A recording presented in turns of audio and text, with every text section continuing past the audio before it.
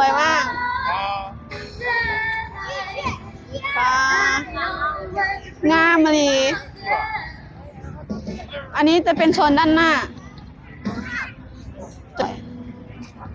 สวยมาก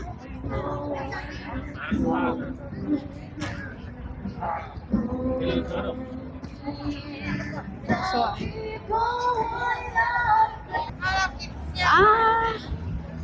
อุ้ยมีทุกอย่างเยอะมากปลาหมึกเจ้าดังเอาเปล่านี่ทุกคนเบิ้งป้าประจักษ์วิวข้างหน้าข้างหลังทุกคนแบบงามสวยมากนี่บรรยากาศข้างในข้างๆข้างบนข้างหน้านะคะทุกคนพระเจ้าเปิดไฟสวยงามมากไฟให้สุดทำรอข่าวนะสวยมากทุกคน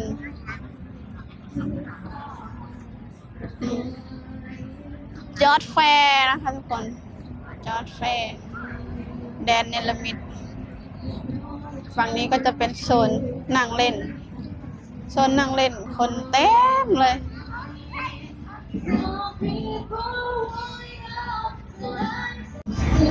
โซนนั่งเล่นเต็มเลยทุกคนเขาเจ้าซื้อของอยู่ของกินมาเขาเจ้ากะมานั่งกินอยู่ในนี้สบายทุกคนถ่ายรูปอยู่ทางนี้งามเธอมา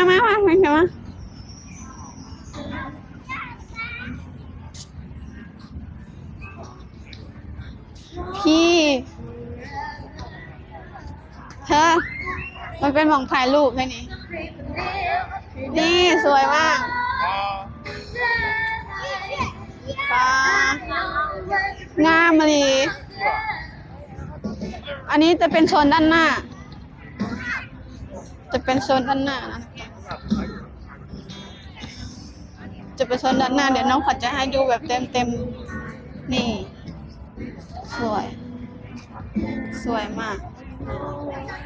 ส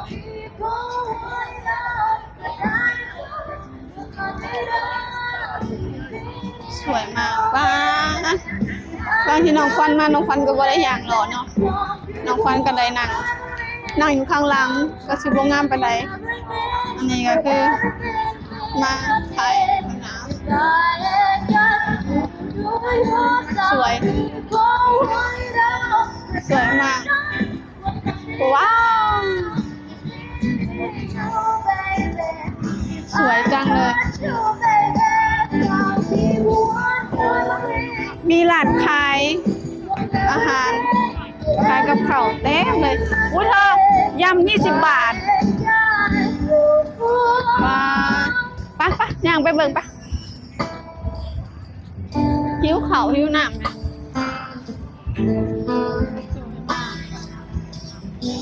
สุดยอดจริงๆมีดนตรีด้วยนะคะทุกคนมีดนตรีด้วยอู้ฝั่งโน้นยิ่งสวยอ่ะฝั่งโน้นยิ่งสวยมาก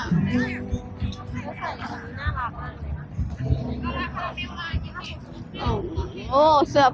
ผ้าเต็มเลยทุกคนเสื้อผ้าเต็มเลย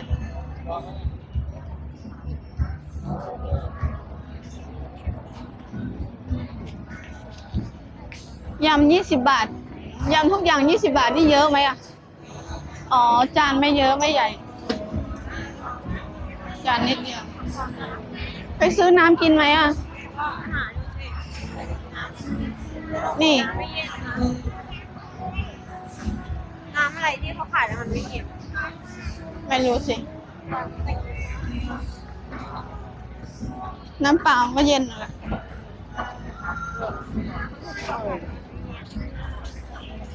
น้ำเปล่า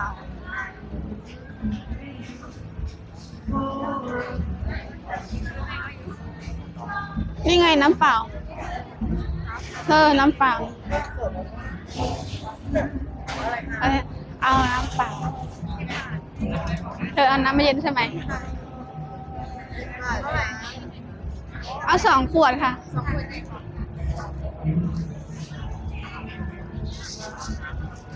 คนละ10ใช่ไหม อ่ะ ขอหลอด นี่หลอด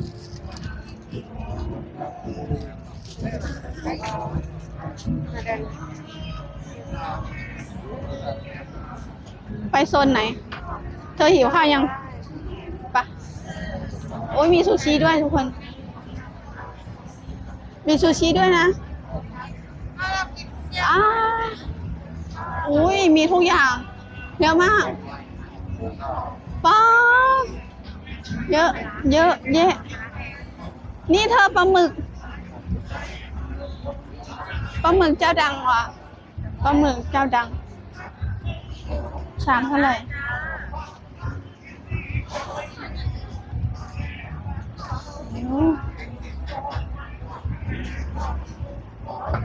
มีกุ้งด้วย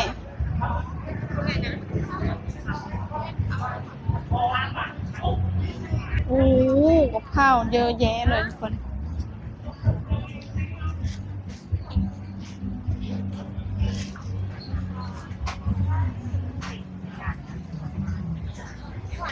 นี่ พอกันปะ กินไหม เธอจะกินเหรอ เอ้ยพี่อันนี้ไข่ อ๋อ มาเท่าไหร่ 20ครับ ไป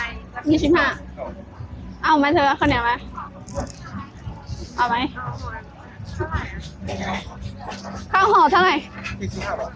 อะ นี่คือแบงค์10 บาท ห่อละ10 บาท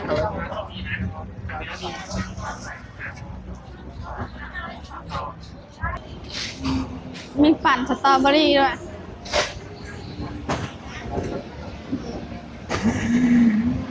กับข้าวเยอะแยะไม่รู้จะกินอะไรทุกคนเอ้ย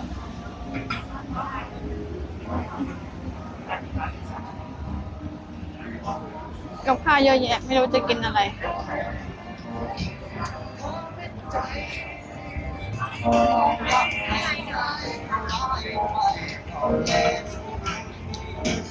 ชูชี10 บาทชิ้นละ10 บาท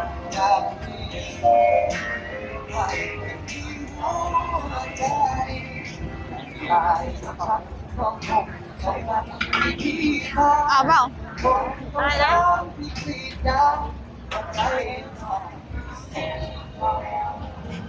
เอาไหม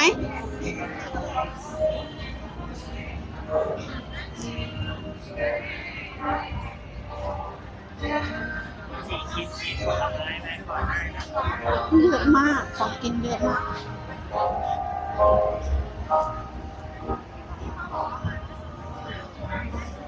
ถ้าคุยอยากกินได้เดี๋ยว มีใส่ทอดนะ ไม่ได้ยินพูดใหม่ มีใส่ทอดนะ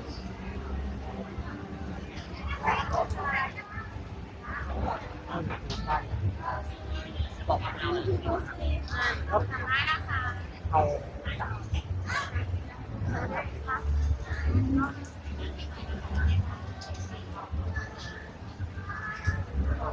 เยอะมากเลยทุกคน ของกินเยอะมาก ไม่รู้จะกินอะไร ไม่รู้จะซื้ออะไร ไม่รู้จะซื้ออะไรปลาหมึกย่าง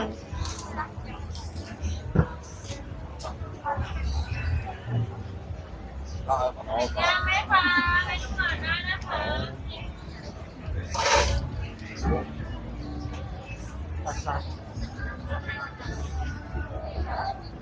ไม่ซื้ออะไรหรอก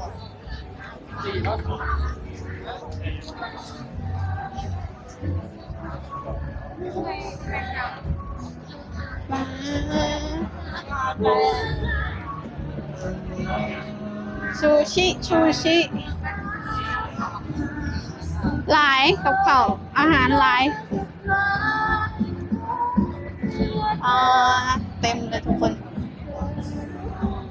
สุดยอดเลยโอเคนะคะทุกคนเดี๋ยวคลิปนี้น้องควานก็จะจบไว้เพียงเท่านี้ก่อนเด้อจ้า เดี๋ยวเจอกันใหม่คลิปหน้าจ้า สบายดี สวัสดีค่ะ